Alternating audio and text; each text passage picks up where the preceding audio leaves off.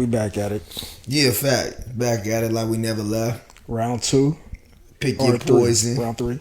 Yep, Something yeah, like round three. 3.1 in between somewhere. But yeah, we here. Pick your poison, man. It's me, Farmer Poe. Shaun P, we back in the flesh. You know. see the outfits. You see what it is. You see the fit. Flavors. Yeah, I like that. I like that. I like that. But flavors. It's like ice cream, but like gelato though. Not yeah, ice cream. mint chocolate chip gelato is actually one of my favorites. You know, I got a little mint chip color. Yeah. It's springtime, man. But this when the colors pop out. Like we've been in the winter for a while. I mean, not really that long. It ain't been really a real winter to me. See, and I love the winter time. Like I like the fall. I ain't gonna lie. Fall, winter. I like the months between October and April. Just about. I love those fashion wise. Layers, vests, sweater vests, hoodies. Yeah. You know, these is actually a crop button up vintage. I see what you're doing. Pinstripe. I cropped it myself. Yeah. You know, got the little long sleeve. I used to do the thermals under the plaid a lot in high school. That crazy. was my thing. That was my thing too. I've always messed with the thermals. I see what you did with the colors though, man. I see you threw the pistons in there, and you know. Oh yeah, you know, subtle though. Seeing what's crazy is I just grabbed the beanie out the closet. I didn't even, you know, I honestly didn't even. But see, when the stars align, you know, and when you really fashion. You ain't even got to think about it. This is what it's like when carrots are divine. Yep. Like, oh, these carrots are divine. Yeah. You'll get a dozen for a dime. Facts. It's magic, man. Like Bugs Bunny said.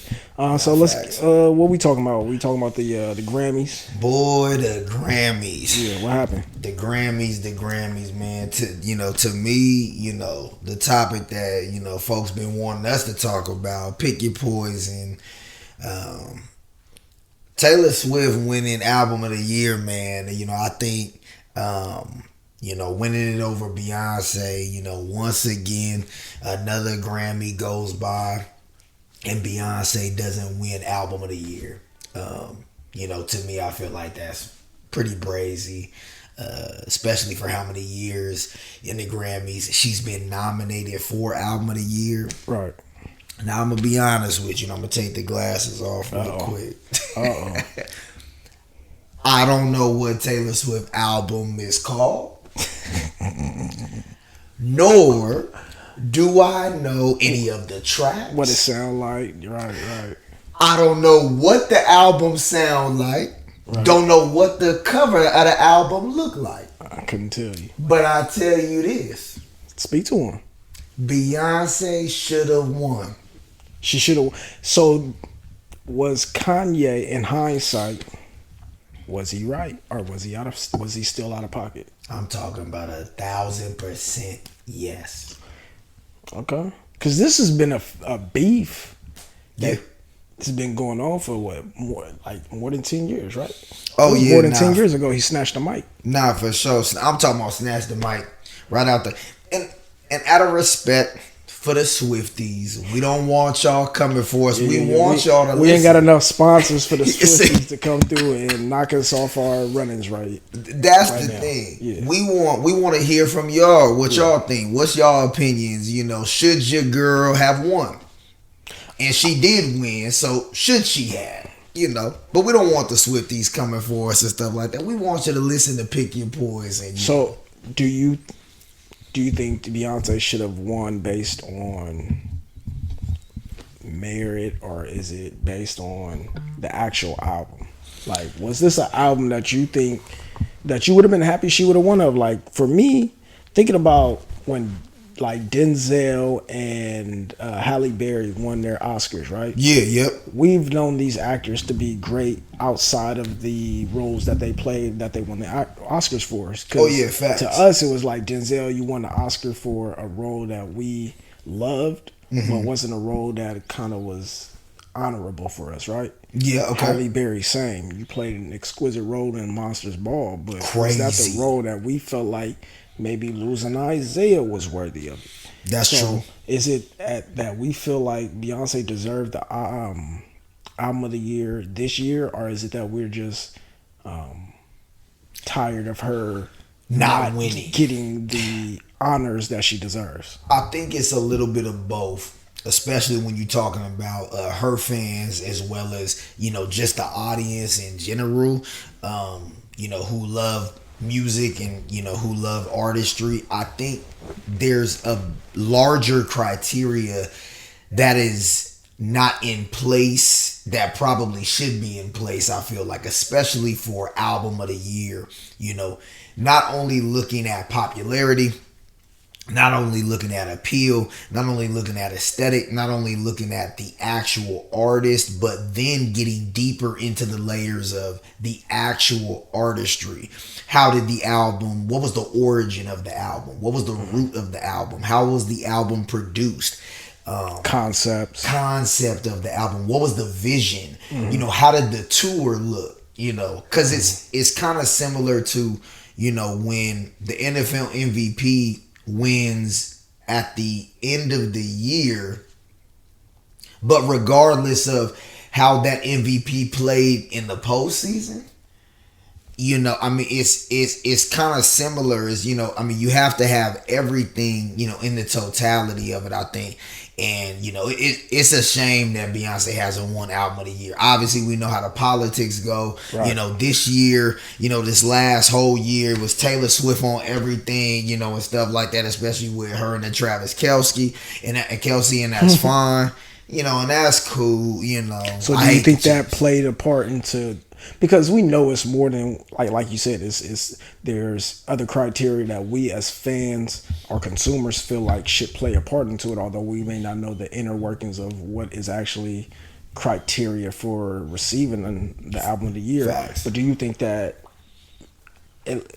typically it looks like to us like those are the artists who's going to win album of the year has been kind of put on that pedestal way before the Grammys is even announced. That's right? the thing. So it's the narrative. It's the story of the year, damn near. That's why me personally, when we start, looking at the totality of how many, Grammys and stuff like that Taylor Swift got and how many Beyonce blow her out the water. Beyonce got 32, Taylor Swift got 14. If we comparing numbers wise with it, but like you just said, and you brought up a good point, there's a lot of backstory behind why people end up winning. And that's a lot of stuff that we as consumers don't necessarily always have an ear to, but we know is going on. Right. And, there's always going to be that battle between who we think we should win based on who we like anyway, our own biases.